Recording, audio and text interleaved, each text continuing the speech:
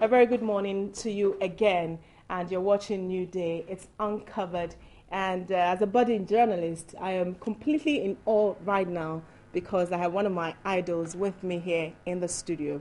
He needs no introduction. He's been at this for well over 20 years, and when you mention his name, I have never heard anything bad about him.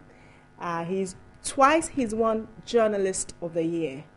If there's anyone who is anybody in this world, any part of the world, he may have talking to him.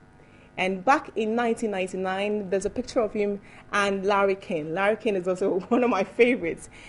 He was on there. So I am honored, and it's such a privilege for me to introduce my guest for this morning, the CEO of the Chamber of Telecommunications, Mr. Kwaku Sakyi Addo. Good morning, and thank you very much for joining us on New Day, and it's such a pleasure for me to have you. Thank you very much, Bridget. You're very, very kind. And by the way, I don't think you're a budding journalist. You are a journalist. You're doing the job. So, you know. What sort of reaction do you get, when you meet people and they're looking at you? Like, what sort of reaction? I mean, how do you respond to them? What sort of reaction do they give you, and how do you respond? I wonder whether they don't have anything better to do. Yeah, no. But, I guess it's nice to be appreciated. It's nice to be appreciated. Well, I think, it's just people are kind, people are, appreciative of whatever it is that they say I've done. I just try to do my work and do it as diligently as I can, and hope that it makes a difference. And sometimes you meet people and they remember something that sometimes I don't even remember. Interviews that I did, and expressions that I used, and people remember this, and I suppose that's what it's about. It's about doing it for what do the footballers say? They say it's for the fans. It's for the fans. All right. Is this what you wanted to do? I mean, growing up, we all have dreams. No. What was your dream? What was the dream? I wanted to, grow. I kind of, imagine myself as a diplomat. I thought I'd like to be a diplomat. I thought I'd like to be a lawyer, even a politician. Why? Why? Yeah, asking why. What was the motivation? Why is it as a kid that fascinated you? Whether it's a diplomat, it's a lawyer, and you did not become any of that. Yeah. I read a lot about the world. I read a lot about current affairs. What's going on in Africa, in Europe, in the United States. I would follow election campaigns in the United States. Just read Newsweek cover to cover. Even in my teens, in my early teens, I would follow all of those. And so I found different parts of the world and what was going on in different parts of the world fascinating and interesting, and I thought, it'll be exciting to travel the world as a diplomat, to work, represent Ghana or some international organization, and make a difference there, and and just enrich one's life by learning about other people. Yes. No, go ahead. Continue. Yeah, a lawyer. I like the garb, and I also thought, it'd be nice to, make a living representing people, argue a case in court, all the atmospherics that goes with it. Politician, because I thought, I've always been interested in what happens around me, even as a kid. Okay, I'm always interested. What age? I would say maybe from like 10. Wow. 10, 11. I was always interested in what's going on around me. If there's something going on, I would like to comment on it or say something about it. When you're interested in what's going on around you, it kind of influences you to want to do something about it or contribute to it. I suppose that's politics. So, what were people's views of politicians at the time? Well, growing up in the, I would say when I kind of came of age would be in the 70s. Sure. There wasn't a lot of freedom of speech at the time during the military governments of Achampong and so on. Well, all I can remember is that people were afraid of political leaders, of the political leadership at the time. I mean, you'd get into trouble if you criticized. Quite frankly, the means to do so were really limited. So most of the communication, most of the content of the media was driven by government, So my parents didn't discuss. I don't recall being witness to political discussions. I do remember the 1969 election, however, when my father was a returning officer, and I stayed up with my mother to listen to the results. I think probably that would be my earliest electoral experience. But younger than that, when I was in primary school, before Nkrumah was overthrown, I was a young pioneer. Okay, all right. Where did those influence come from? Because you just mentioned, yes, your dad was a returning officer, for the 1969 elections. But where did the influence come from? I'm asking this, did your parents, encourage you to free your mind, do whatever you think will make you happy? Or did they at any point in time tell you that, no, I think if you went that way, it'll be better? In a major way, except that I recall that when I was in secondary school, Achimota School, my father thought that he thought I should study linguistics because I was pretty good at languages. Okay, so in Achimota School we did, of course, French and German as well. Okay, and I was pretty good at both languages, at languages generally. And he says that when I was a little kid, I picked up words very quickly, very easily. I had a way with words when I was young, and he thought that I would do something with words, with languages, and he thought I should study linguistics when I went to university. And after Form 1 in Achimota School, I didn't continue to do German. It was reserved for just one class. And it was a little awkward because it was the class that sort of excelled in math and science. I wasn't great at math and science. It's awkward that was the class that also got to do German. So I lost out from doing German, even though I was the best in German in my class. And if there's any one of them listening, I hope they're not going to contest me on that. Okay, so how many languages do you speak? Now, yes, you're more adults, more mature, and indeed you got to travel. So how many languages? I speak. My French is not bad because I did French. I did 5 years of French in secondary school.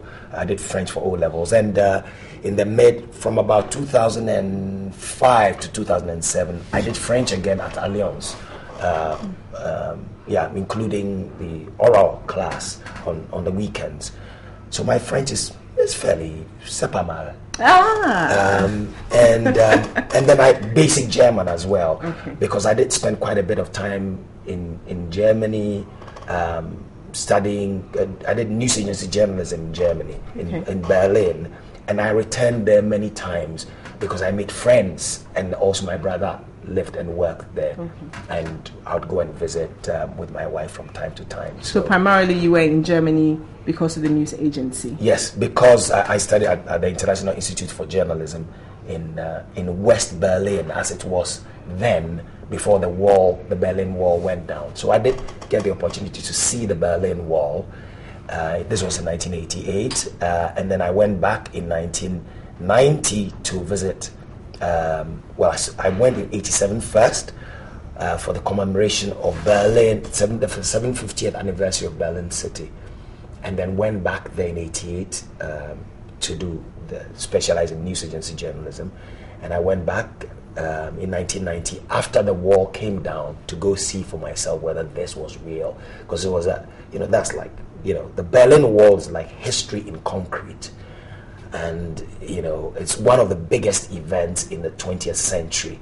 both the construction of the Berlin Wall and the separation of the East from the West, as well as the collapse of the wall. Yes. So I wanted to be a witness to the collapse as well. So I went back in 1990, went back in 91, 94, several other occasions. And, of course, when you're in that environment and you've got the basics of the language, you kind of renew it or revive it a little bit. So very basic German, nothing fancy. Yeah. And of course, Ga and various dialects of Tree, Kuyapim and Fanti, which my wife has infected me with. I see. Yeah, and Asante Tree. My mother is Kwaku. Okay, all right. Kwaku one-on-one is, I know, I think my dad used to watch it.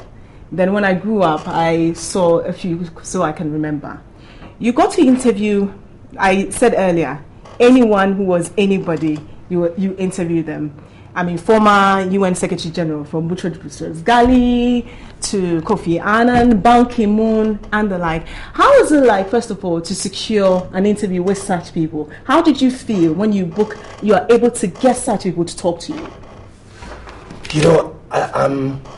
As a journalist or as a reporter, I always wanted that scoop. I wanted that story that nobody else gets. So, I heard that Ban Ki-moon I heard that Boutros Ghali was coming into town, and I made contacts with my contacts at Foreign Affairs and indicated I would love to interview him and, just harass them. And then they helped to make it happen. So I remember I was actually in the gym when my phone rang and says, okay, so Boutros Ghali will see you in 30 minutes.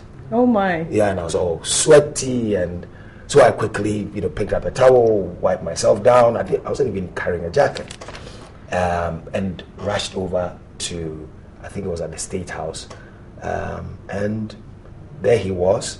So he was wearing a jacket. This is okay. Let me take off my jacket so I can be like him. Oh. So that was very nice of him, and I did the interview with him. Kofi Annan, I interviewed a few times. I did a fellowship in the States at Macalester College, the World Press Institute Fellowship, and he studied at Macalester. His host family happened to be my host family as well, Reverend James Morgan. So when he became Secretary General, you kind of point to what you have in common to influence. Yeah, but even before you continue, but that has to come with years of work. What it is that you think did it for you? How are you able to build that reputation, to first of all endear yourself to such, because they don't just agree to be interviewed by anybody. Right. Well, it also helps when you work for the right organization. Okay, so if you work for, as I did then, for BBC as well as Reuters, it helps. Okay, because they want to reach a lot of people, as many people as possible. So if you work for the world's largest news agency, then of course that's an important box ticked by the interviewee or his or her advisors. So it helps. All right. Then of course, doing your work diligently, I suppose that is what will get you that job with this reputable organization in the first place. Okay, so that combination of being somebody who, does the best that they can, doing your work for an organization that people recognize as an important platform to reach people, that helps to open doors. Before that, it was Joy. Joy came in much later. Joy came in 1995. That was my first experience with radio, because I never studied radio. I'm fundamentally a writer. I'm a print journalist, news agency journalist. Okay. I never trained as a television journalist. I kind of just stumbled into a studio and cameras were rolling and And I stood in front of them. How long were you with the BBC and I believe Reuters? Yes, as I well? did BBC for 13 years and Reuters alongside for 7. 7. Yeah. Try and put into words what those experiences were like. You ask a really good question. Which means I'm thinking. It was exciting. I mean, it's exciting to work for reputable organizations, and I think even more importantly that I didn't apply to them. They asked me. Wow. Okay, to work for them, both of them. And I think that's the thing about journalism, because your work is not in a file, is not an audit report. Yeah, our work as journalists is out there in the open, and our bosses, our supervisors, actually are audiences, right? They will feed back that you're doing a wonderful job or you're rubbish. And their judgment is unadulterated. So it's basically based on that, the reputation that your work creates. If there's an opportunity that another organization has, and they're scouting, headhunting, then obviously your work would speak for you. So I think that journalism is the kind of profession that, where, sure, certificates and education, sort of academic qualifications are important. They have their place, but they are not enough. Okay? Yeah. We'll talk more about that, but I'm taking you back to the BBC and Reuters because, now people actually apply and they don't get to even work there. How do they contact you? I got a phone call. Phone call. What did they say and how did you feel? Would you like to work for us? and I said, I'll think about it. Oh my God, tell me, but what was going on in your mind? I was working for the Ghanaian Chronicle. I was the editor-in-chief of Ghanaian Chronicle from 93 to 94. And we did some fantastic stories then. And, the Chronicle was the flagship of the private news, of the private media. Sure. Yeah. So we broke some big stories. And of course, I think they saw those stories because BBC has the monitoring department, and saw those stories and thought, whoever this person is that's doing these stories, they would like to, give him a call and see whether he could do something for them as well. There was also the opportunity created by Ajoye Boaferi, one of the women that I have the great respect for as a person and also as a journalist. She and Ofebi Aquist Acton, one of the best journalists ever in the world. Ajoye Boaferi was going away, I think, for a year or two, and so she'd also been asked if she could help find somebody. Sure. To report on Ghana while she was away. And I said yes. So what I did was the stories that I did for the Chronicle, after the paper had come out, I would, if you like, regurgitate for the BBC as well. Sure. Yeah. So I kind of killed multiple birds with the same stone. All right. But I satisfied my newspaper first, and then the BBC was next. Okay. Yeah. And then you hung up the phone. What was going through your mind? Are you excited? I mean, jubilant. I'm sure I would have been. Yay! Did you do that? I don't recall that I did that, but I'm sure that deep inside I did. You did. All right. I'm glad you talk about reporting, chasing big stories. What is a big story to you? The small story. The big story is a story about small people. That takes me back to June 2014. You spoke at the graduation ceremony at Ashesi University, and in your speech, you talked. You talked about lots of things about illiteracy, how it's gone down. Talked about education, but the story that touched me, one that touched me was about Mami Hema and her plight, and you felt, oh, journalists didn't cover that because it's not big enough, because we're chasing things we think are more important to us. Our journalists of today, are we missing it? Are we missing the real stories? And also, we're chasing stories that can be commercialized. Okay.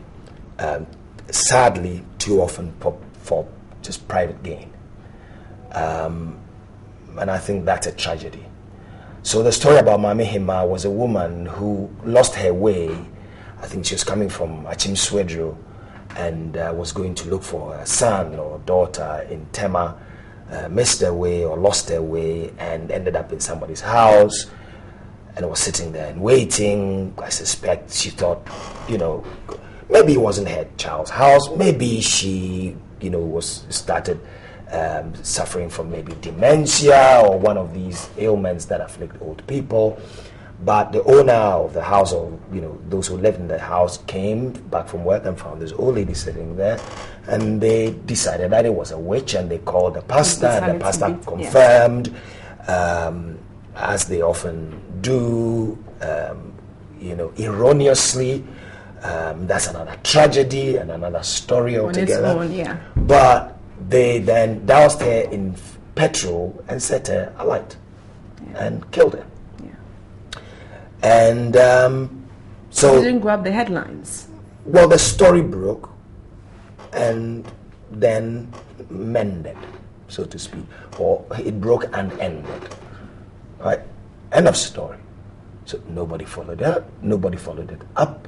What happened to there was a photographer and the pastor, and maybe they're watching, and they're walking free. That's just not right. There's an opportunity, I think, for the media to talk about diseases or ailments such as Alzheimer's and dementia and so on, that afflict old people, that we interpret as witchcraft and wizardry and all these, frankly, stupid conclusions that we draw from illnesses. And so it opens the door for lots of, there's a criminal angle, then there's the public health angle as well, but it wasn't explored, and it's just, the day after the main story broke, that was the end. Okay. And that kind of broke my heart, but I cited that as an example of the stories that we're missing. Okay, the stories about just ordinary people and ordinary lives. The stories all around us, but it appears that unless it's about a big politician or a repetition of something I said a year ago, same thing every day. It's not like it's not important. The political stories are important and they have their place. But equally important are the stories about ordinary people, about the lives of rural people, about cocoa farmers. You read stories about, say, Leap. And it's what the minister said, it's what the government said.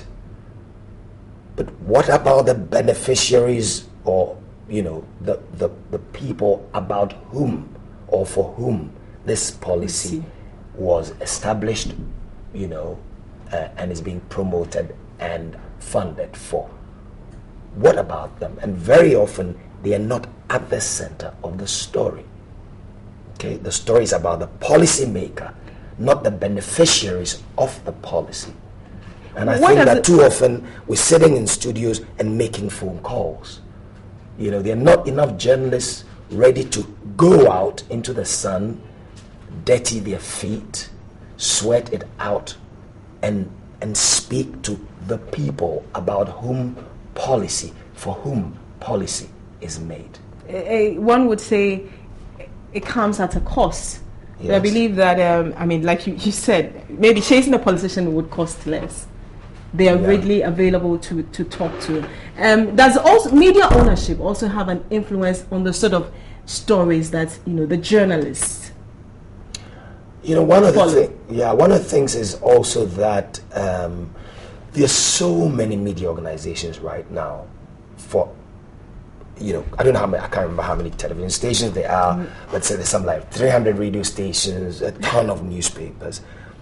But there's a limited budget from advertisers. Sure.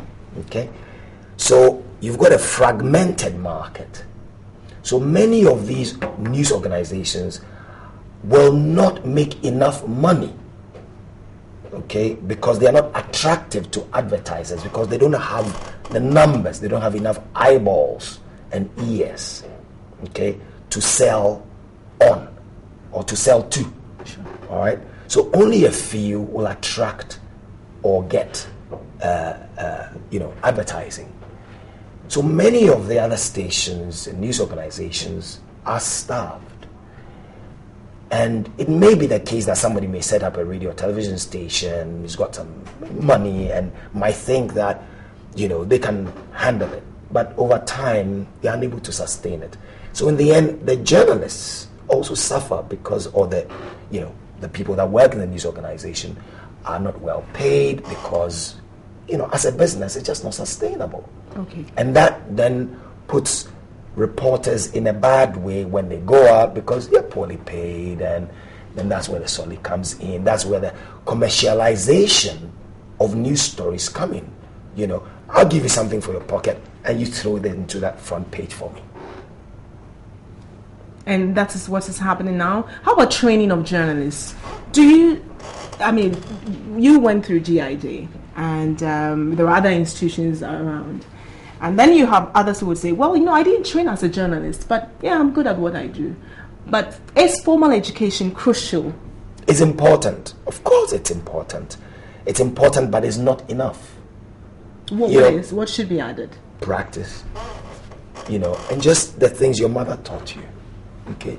Diligence, fairness, objectivity, and, hard work and creativity and all of those soft skills, right?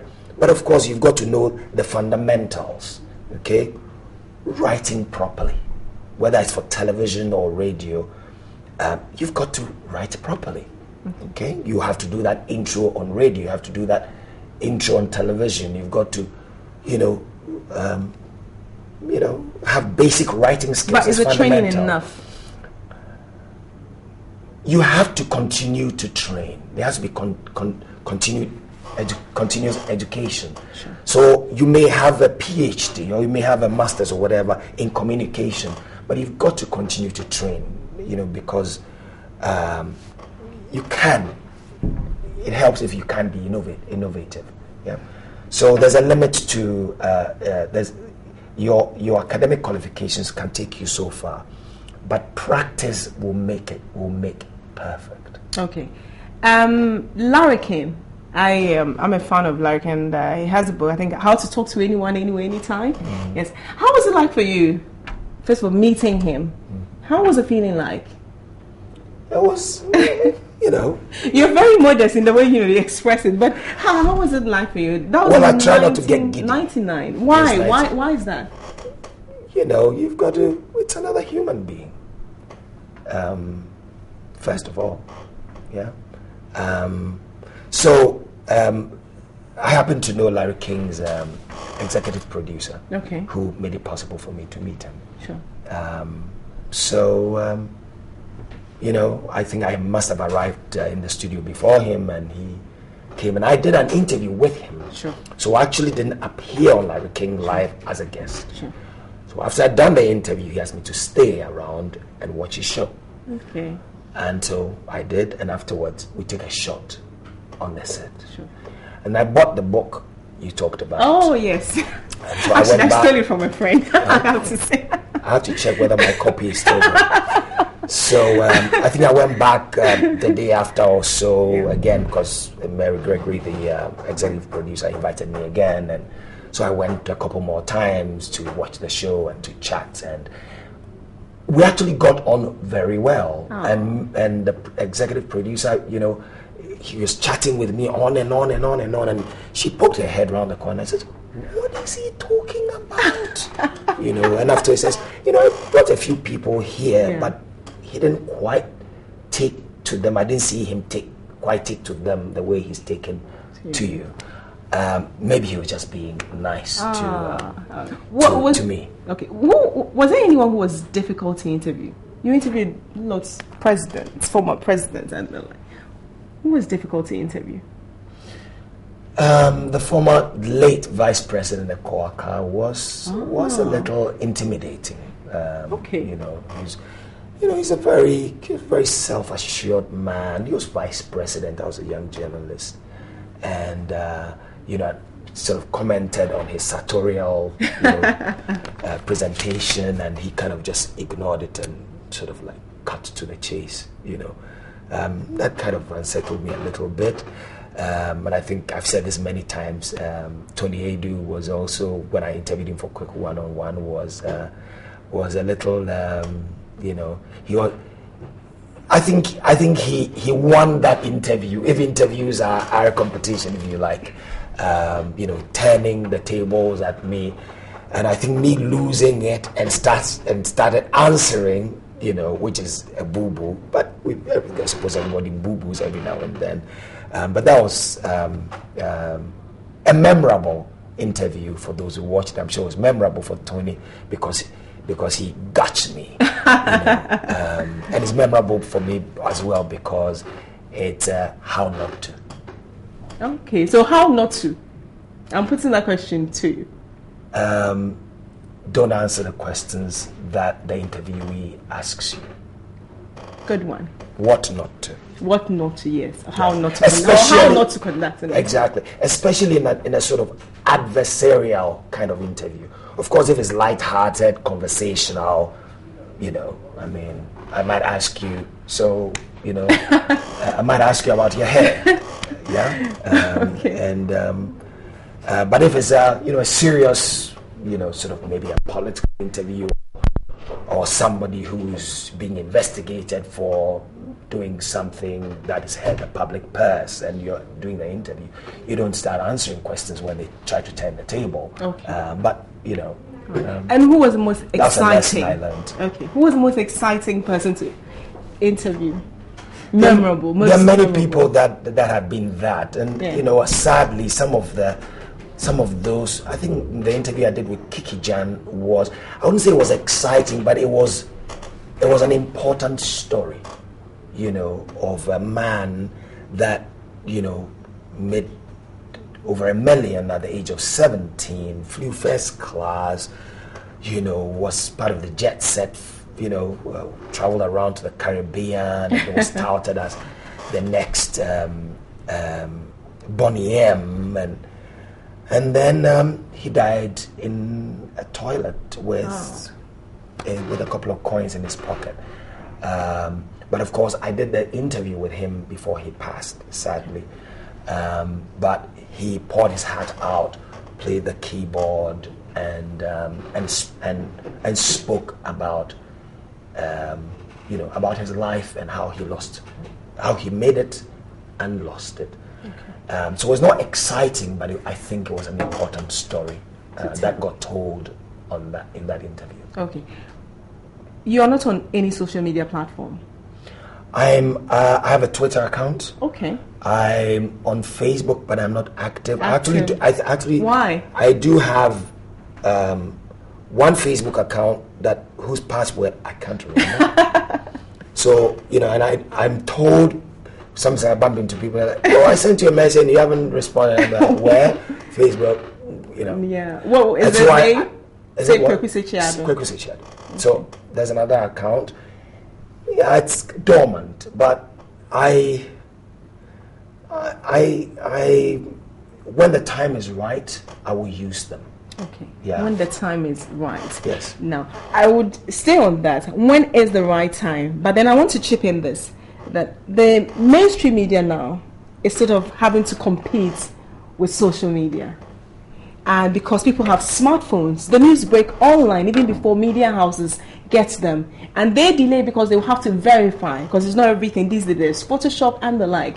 What do you see happening from where you sit and watching what's happening, given a lot of things that have happened on social media and have found their way on mainstream media? And sometimes social media gets it wrong. Absolutely. All right, but they can afford, if you throw something out on social media and it's wrong, they don't pay a price.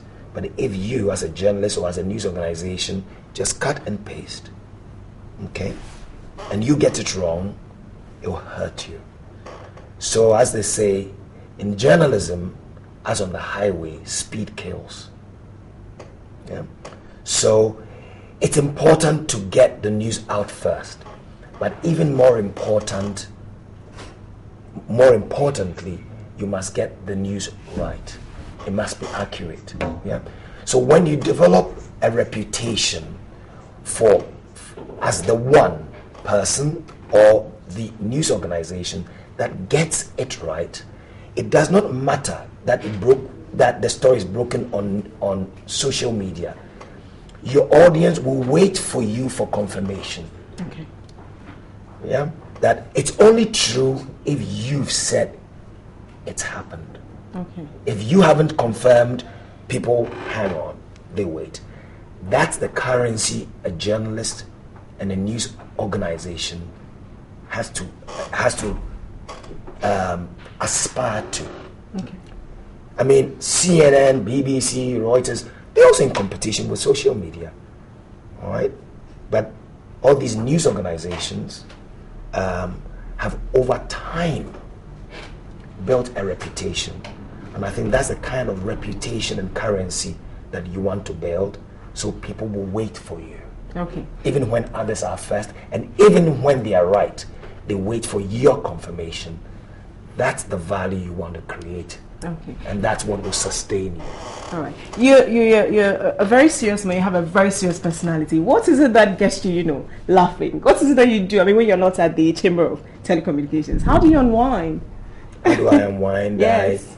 I like physical sport. Yes, sport, you're in great shape. Sport is physical. Okay, so I like sport. I like sport. So I run.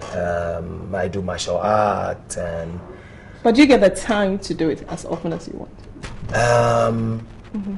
Not as often as I would like to. But you have to keep a balance with everything. So work, family, taking care of yourself, all of that. Okay. You've got to make a bit of space for everything. Favorite sports team? Okay, Kotoko. Okay. And Chelsea. Oh, we're in this together. I know we are sitting. Yes. I don't know. Quick one-on-one. Thank you very much. That part I got is all right. Thank you so much for joining us. My guest on Uncovered, Kwaku Sakyi Addo, CEO, Chamber of Telecommunications. Very good man. It's such a pleasure having you join us this morning. Very kind of you to have invited me. All right.